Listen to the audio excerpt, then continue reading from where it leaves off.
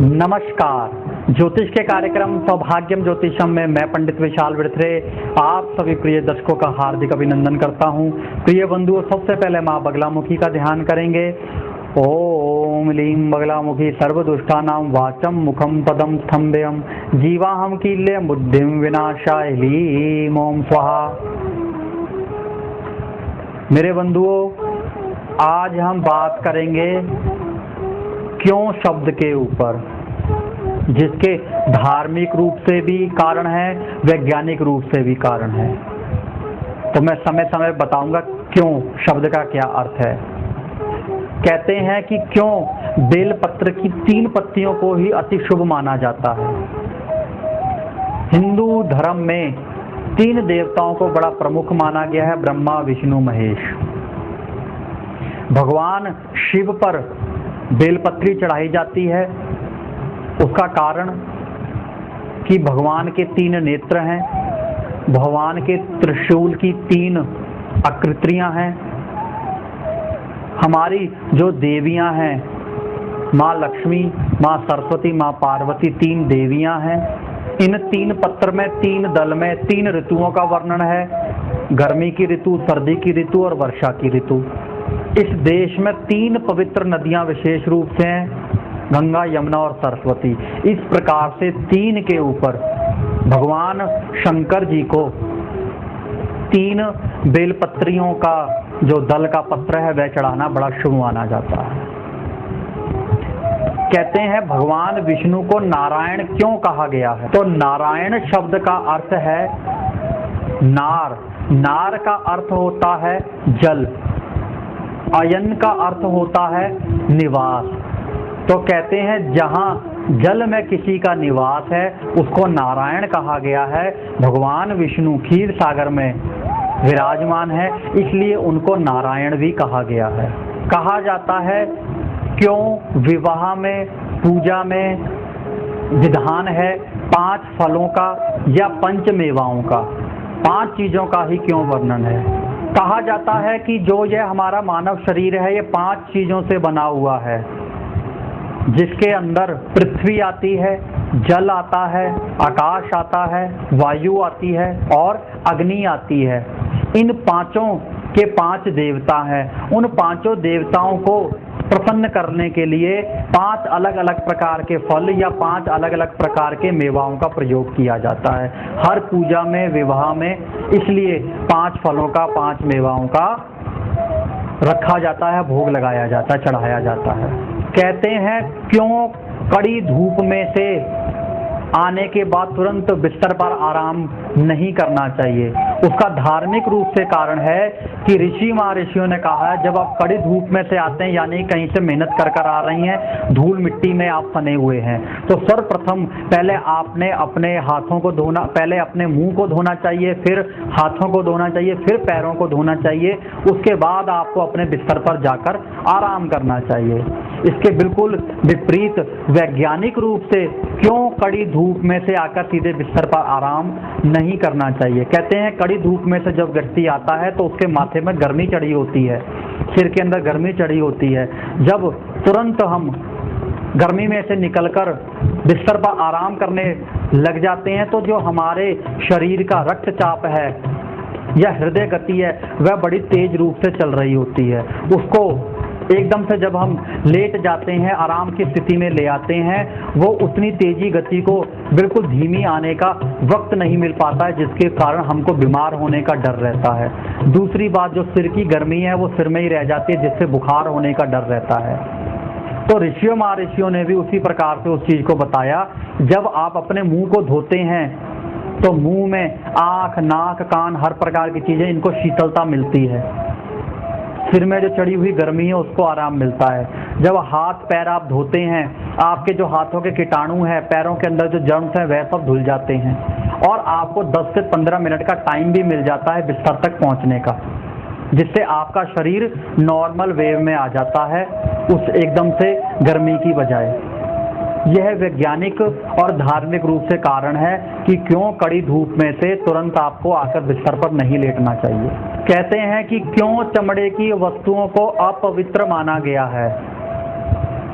तो जब किसी व्यक्ति की मृत्यु होती है, जब वह अपनी आत्मा को त्याग देता है और वह शरीर मूर्छित चमड़े का रह जाता है,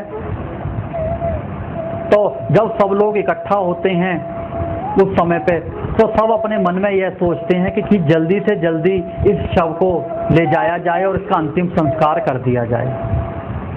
तो अगर हम अपने प्रिय व्यक्ति को, जिसके साथ हमने जीवन गुजारा है, उसको उसके मृत्यु होने के बाद उस चमड़े को भी अपने घर में रखना इतना शुभ नहीं मानते हैं, तो मरे हुए जानवरों से जो बनी हुई वस्तुएं होती हैं उसको धारण करना, उसको धार्मिक पूजा पाठ अनुष्ठान में लेके जाना बड़ा अशुभ माना जाता है, इसलिए अपवित्र माना जाता है। वैज्ञानिक रूप से भी बता देता हूं कि क्यों चमड़े की वस्तुओं को पवित्र माना गया है। जब किसी जानवर से, उसके चमड़े से वैज्ञानिक रूप से उसको सुखाकर या किसी भी प्रकार से उसकी कोई वस्तु बनाई जाती है, उसके अंदर केमिकल डाले जाते हैं जिससे कि वह सड़े नहीं, उसमें बदबू ना आए।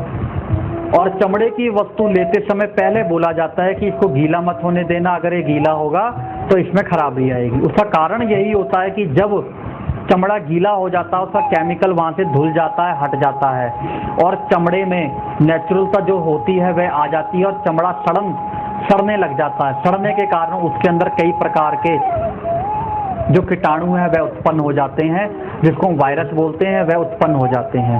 नहीं तो कभी ऐसा सुना है कि चीज़ को धो दिया जाए? हमेशा किसी भी वस्तु को धोने से वह चीज़ पवित्र होती है, ना कि अपवित्र होती है। परंतु चमड़े को अगर धो दिया जाता है, लेदर को पानी में गीला कर दिया जाता है, तो वह अपवित्र गिना जाता है, क्योंकि उसके अंदर दुर्गंध पैदा हो जाती है। इसलिए वैज्ञानिक रूप से भी चमड़े को अपवित्र माना गया है। कहते हैं कि क्यों रात के समय झाड़ू नहीं लगाना चाहिए? उसका धार्मिक रूप से वर्णन है कि रात के समय लक्ष्मी माँ विश्राम कर रही होती हैं। जब आप रात के समय पर झाड़ू लगाने लगते हैं तो लक्ष्मी माँ रुष्ट हो जाती हैं और आपके हाथों से लक्ष्मी चली जाती है, पैसा चला जाता है। आप निश्चित रूप से देखेंगे जो लोग ज़्यादातर घरों में रात के समय में सूर्यास्त के बाद झाड़ू लगाते हैं, उनके घर में पैसे की बरकत नहीं रहती है। कहते हैं कि नया मकान बनवाने के बाद जब हम गृह प्रवेश करते हैं, क्यों धार्मिक चीज़ों का पाठ अनुष्ठान करवाते हैं, क्यों रामायण रखवाते हैं, क्यों अखंड पाठ रखवाते हैं? उसका कारण यही है कि जब हम नए घर में प्रवेश करते हैं तो सुख समृद्धि की इच्छा करते हैं। जब कोई भी व्यक्ति उस रामायण के पाठ में या किसी भी अनुष्ठान में जब आते हैं तो उनका मन किसी प्रकार का भी हो, जब धर्म के प्रति जाते हैं तो उनके मन की जितनी बुराइयां हैं वो खत्म हो जाती हैं और वे आस्तिक रूप से हो जाते हैं। जब आस्तिक रूप से होते हैं तब वह आपको बड़ा शुभ आशीर्वाद देते हैं। किसी का भी शुभ आशीर्वाद लेना बड़ा शुभ रहता है। तो जो सच्चे मन से जब कोई आशीर्वाद देता है तो वह हमेशा ही सौभाग्य की प्राप्ति रहती है उस आशीर्वाद से। इसीलिए जब गृह प्रवेश किया जाता है तो हवन अनुष्ठान किया जाता है, रामायण का पाठ किया जाता है, अखंड पाठ रखवाया जाता है कि जो आपके परिवारजन वाले हैं, किसी की इच्छा नहीं भी होती है कि इनका मकान बने, लेकिन जब वे आशीर्वाद भी देते हैं तो उनके मन में खोट नहीं होता है, क्योंकि वहाँ का जो वातावरण है वह अलौकिक होता है। और वास्तु दोष के अनुसार भी अगर आप धार्मिक रूप से कोई पाठ अनुष्ठान करवाते हैं तो जो वास्तु की नेगेटिविटी है वह सब दूर हो जाती है, आपको शुभ फलों की प्राप्ति मिलती है। तो मेरे बंधु, आज ही मैंने कई प्रकार के कारण बताए कि क्यों किस प्रकार से चीज़ें होती हैं, उसका मैंने आपको समझाने का प्रयत्न किया है। आगे भी ऐसी रोचक जानकारियां मैं आपके लिए लाता रहूँगा।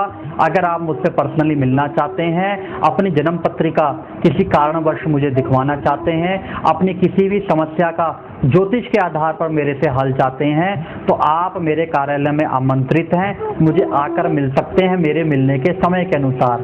इतना ही कहते हुए मैं पंडित विशाल बिरथरे आप सभी प्रिय दर्शकों से इजाजत चाहूँगा। नमस्कार। हर प्रकार की ग्रह बाधा मुक्ति हेतु वास्तु कुंडली मिलान सिद्ध किए हुए यंत्र प्राप्त करने हेतु संपर्क करें। अगर आप अपने नाम या जन्म कुंडली के आधार पर अपने भाग्य को और भी बेहतर बनाने के लिए सौभाग्यशाली रत्न लेना चाहते हैं तो आप पंडित जी से उनके मिलने के समय के अनुसार उनसे संपर्क कर सकते हैं। अगर आपकी कुंडली में कालसर्प दोष, पितृ दोष या राहु ग्रह की वजह से कोई परेशानी है तो आप पंडित जी से अमावस पर इनकी विशेष शांति पूजा करवा सकते हैं। बुकिंग अमावस से 10 दिन पहले शुरू हो जाती है। पंडित विशाल बिरथरे, 9B दयानंद नगर, गली नंबर 1, नज़दीक बिजली पहलवान मंदिर, Lawrence road, Amritsar. Mobile number 9988813599।